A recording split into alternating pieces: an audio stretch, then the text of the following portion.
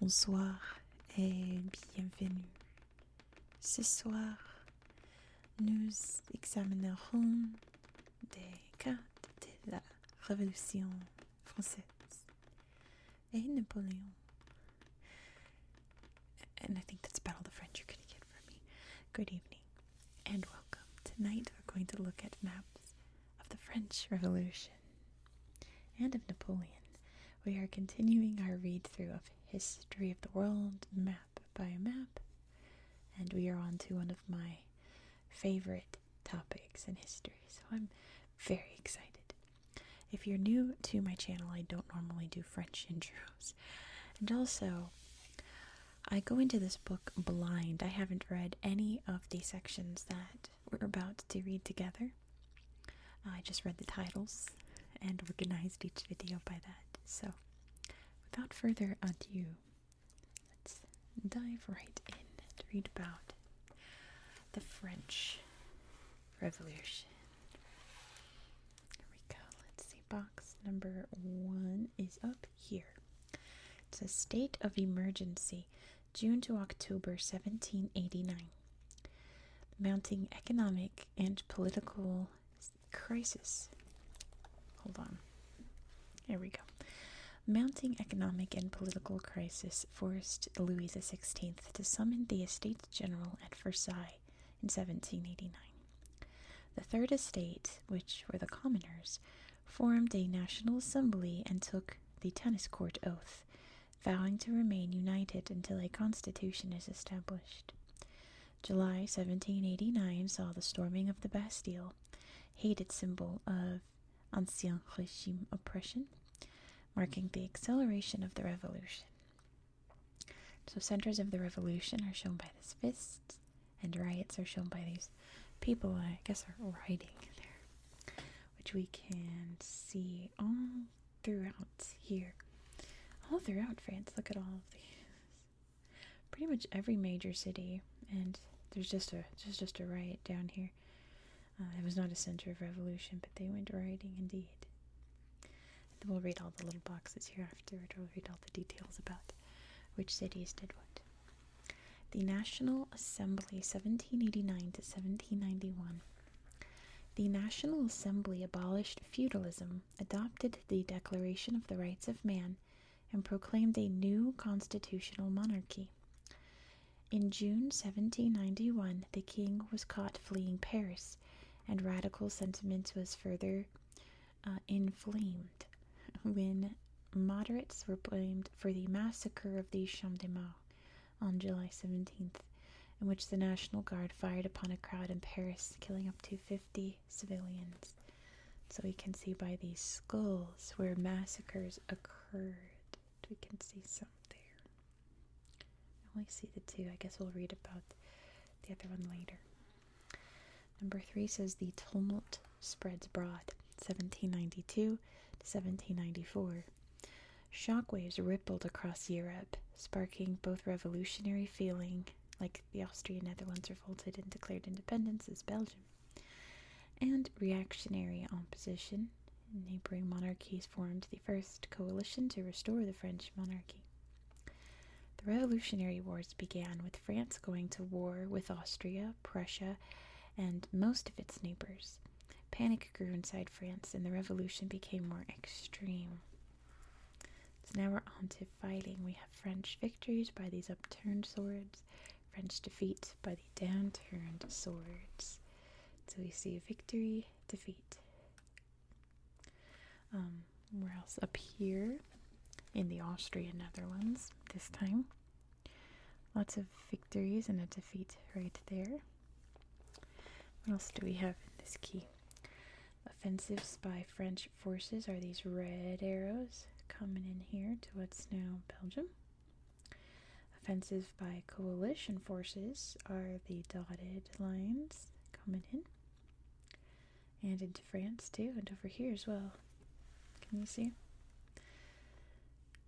Pew, pew. Coming up by sea, coming down to Andorra, to Nice, and up here, over the Pyrenees. Well. And then territories annexed by France are orange. So there's Avignon, Avoy, is that what it says? Nice. And the Austrian Netherlands, apparently. The Republic, 1792 to 1793. The Parisian mob, fearful that Louis XVI was in league with the Prussians, stormed the Tuileries Palace and locked up the royal family. The monarchy was abolished, a republic declared, and a new year one proclaimed. The Jacobin Convention took over, promulgating in 1792 an edict of fraternity espousing the export of revolutionary ideals, and in 1793 the king was executed. I assume in French that Jacobin. In English we'd say the Jacobites or Jacobian, so on and so forth. Oh, there's no little symbols. Levy en masse. Levy en masse. 1792 to 1794. Forced mass military conscription prompted a counter-revolutionary uprising in the Vendée and elsewhere.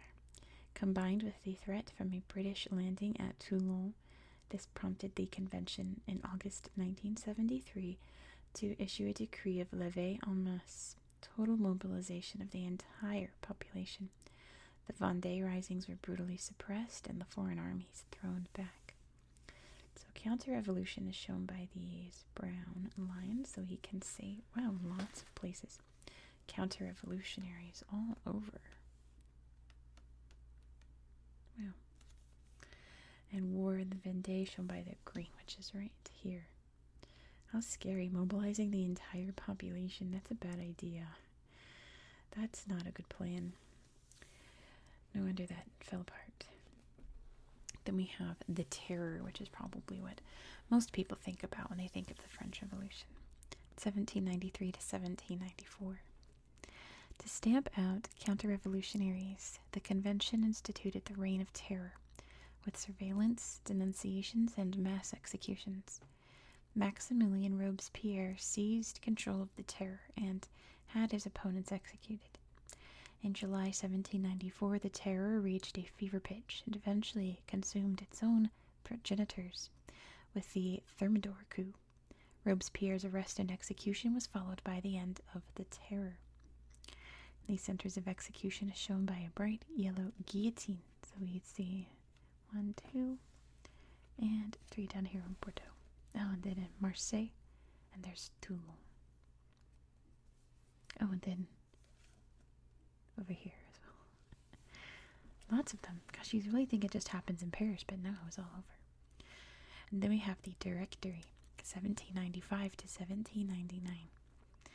The Jacobins, as we say in English, Jacobins, les Jacobins gave way to the Thermidorian Convention, and then in October 1795, new elections and a suppressed revolt in Paris instituted the reign of the more moderate government called the Directory and a period of relative stability.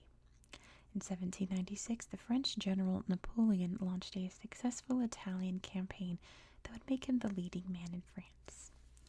So his campaigns are these purple arrows here. So let's slide to the left and see where he went.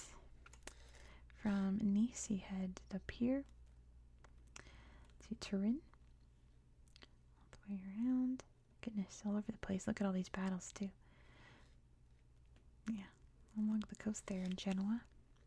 And then, obviously, off more into Italy. I think he made it all the way down the boot, if I recall correctly. Maybe it'll say in one of these boxes. Let's read about it. This one says, Hello Cat, January 1790. The Austrian Netherlands revolts and declare independence as Belgium. June 21st, 1791. Louis XVI captured while trying to flee. September 20th, 1792. Hello, cat. Scared me. The French beat the Prussians on September 20th. He wants me to play with him. He just woke up and now he wants to play, but I'm still making videos, kitty cat. So I'm sorry. I'm sorry we can't go play right now. We'll go play after, okay? We're going to talk about France. Okay. Thank you for... Okay. That's him stepping on the book and making the desk creak. Okay. September 2nd, 1792, the Prussians defeat France. Also 1792, the food riots and widespread fear of counter-revolution empower the most radical elements. On July 9th, 1789, the Tennis Court Oath establishes the National Assembly. Hi, cat. I know. He's trying to reach over the camera now to get to my face. Hi, Stinky. Let's see. Look at all that happened here in Paris. Of course, we have July 14th, 1789, famous date in history. Revolutionary mob storms the Bastille prison. July 17th, 1791, the massacre of the Champ de Mars in Paris. I can't read it because there's a cat. September 1792, the massacre in Paris of 1,200 counter-revolutionary prisoners. It presages the terror to come. It's very hard when there's a little cat tail here.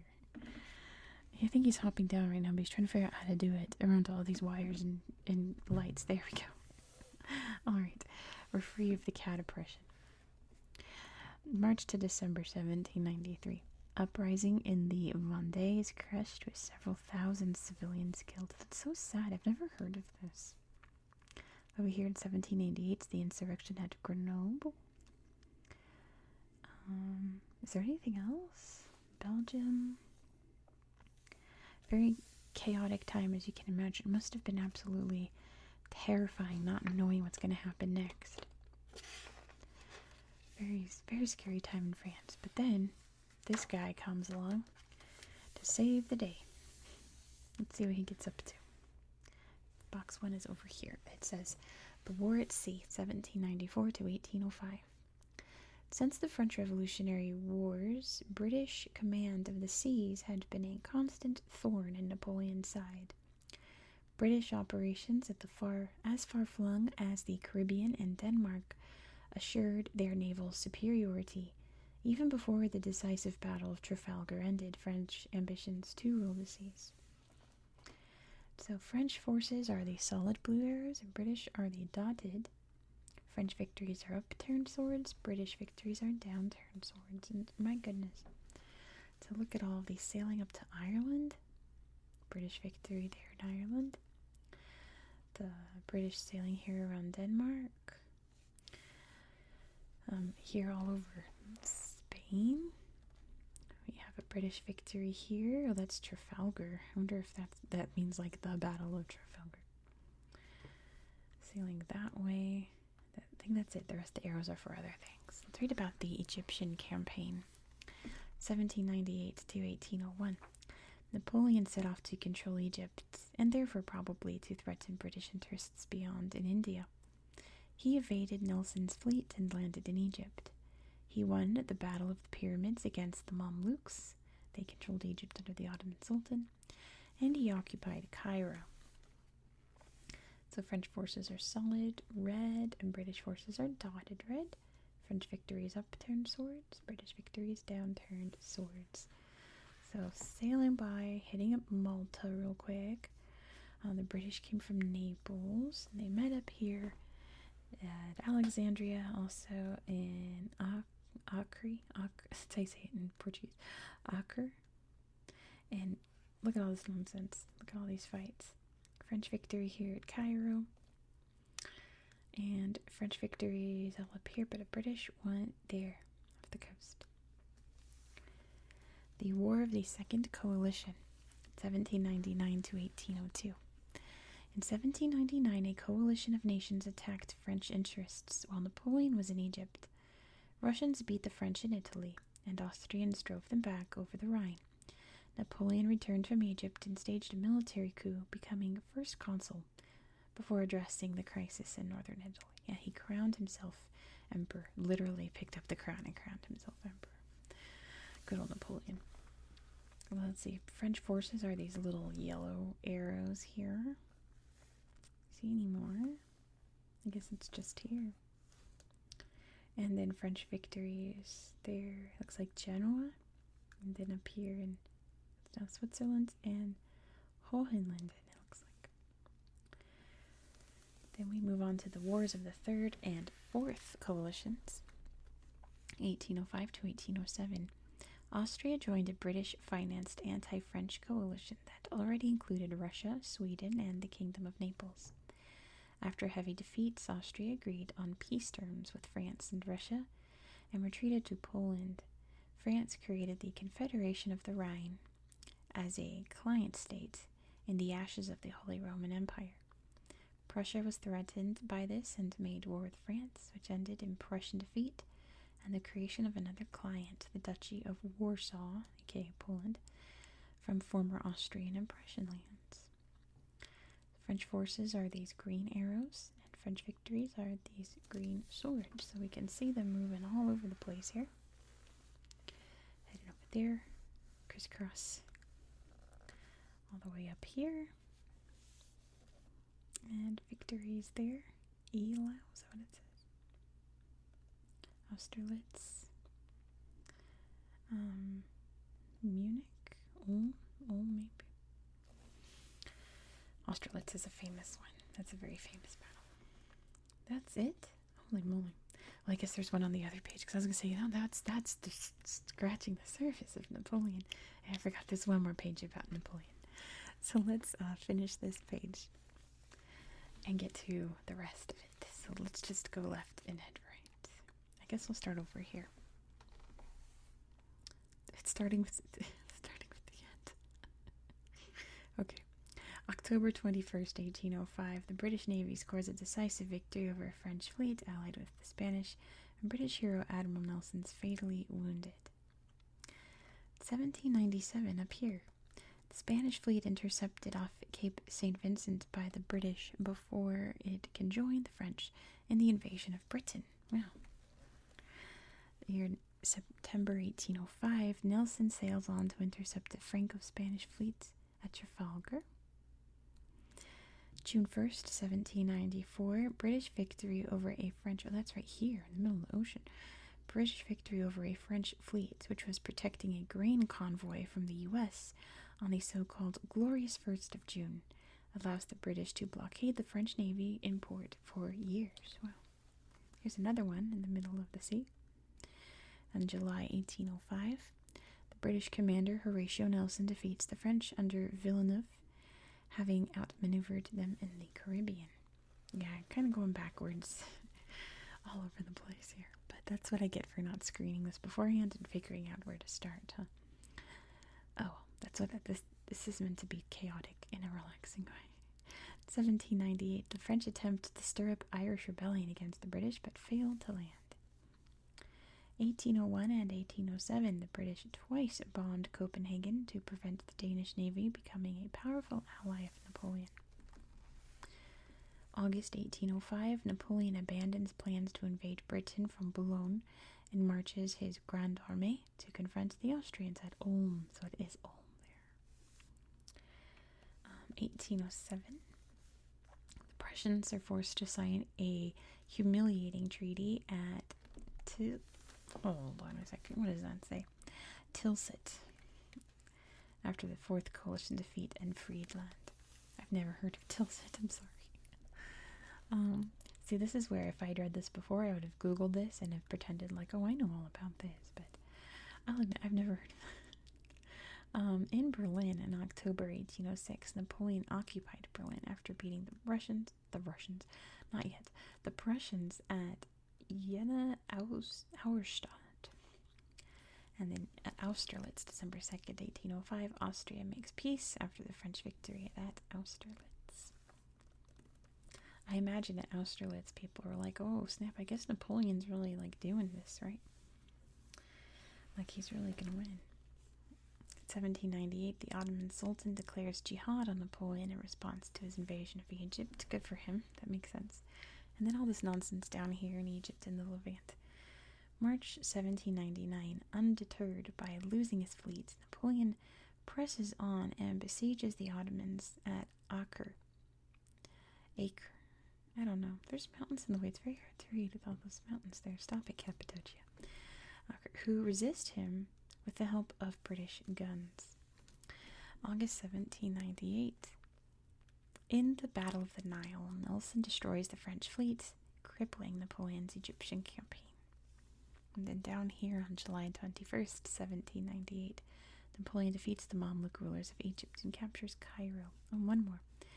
Up here in Jaffa, it looks like April 1799, Napoleon wins a battle on his retreat to Egypt. I wonder if Egypt owned Palestine and maybe Syria at this point. I'm not positive. Definitely the Ottomans, but the Ottomans owned Egypt at that time. Napoleon's downfall. Let's go to Russia in winter. Not a good idea. The Peninsular War was from 1808 to 1814.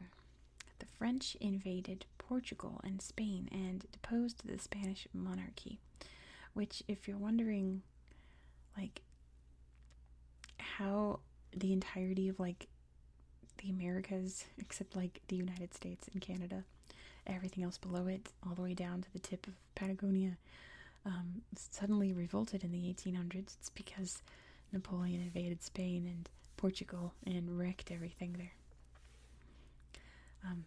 Domino effect, right? Domino effect. Years of popular Spanish uprising followed in a period that coined the term guerrilla warfare. Eventually, with Napoleon distracted by crises elsewhere, a concerted effort by the Duke of Wellington forced out the French. French forces are these like salmon arrows. British are dotted, and same deal. Upturned swords are French victories, downturned swords are French defeats. Because it's not just the British anymore. So they're in Madrid, heading out here, fighting, coming from France, heading up all the way over there, all the way over there, all over the place. All these. And then British forces. Interesting. It looks like the French were busier. That makes sense, doesn't it? The Russian campaign of 1812. Is it sad that I only really know about this because I read War and Peace in high school? And it detailed this. Like, this is like a main plot of like the first couple hundred pages. Napoleon's invasion of Russia incurred enormous losses without success. The Russian forces frustrated the French by retreating all the way to Moscow, then deserting the capital. The exhausted French were forced to make the long return march, with winter setting in. So French forces are solid, Russians are dotted now. French victories are upturned swords, Russian victories are downturned swords. So let's head over to Russia. We're heading up from Warsaw, we're heading up from Danzig, even till what was it called? Tilsit? Maybe even from Tilsit. Is that what it's still called today? I've never heard of this town. I gotta Google that when I'm done. Apologies to anyone watching from Tilsit. But anyway, we're heading over here to Smolensk. Fighting. The Russians are coming in from any angle they can. They're even heading over here. The French, they're not even there. Looks like the French one there. French one's there. Heading over to Moscow. French defeat here. It doesn't show the retreat on here, does it? Maybe it will in another box? I don't know. The 100 Days. 1815. The monarchy reinstated in France was not popular, and Napoleon was emboldened to land in France and again gather an army, marching to attack his enemies in Belgium before they could join forces. So now we're pink. French victories, French defeats. So I see. I thought these were the red. These are the pink. So this is 1815. Oh, I see. Because there's Elba.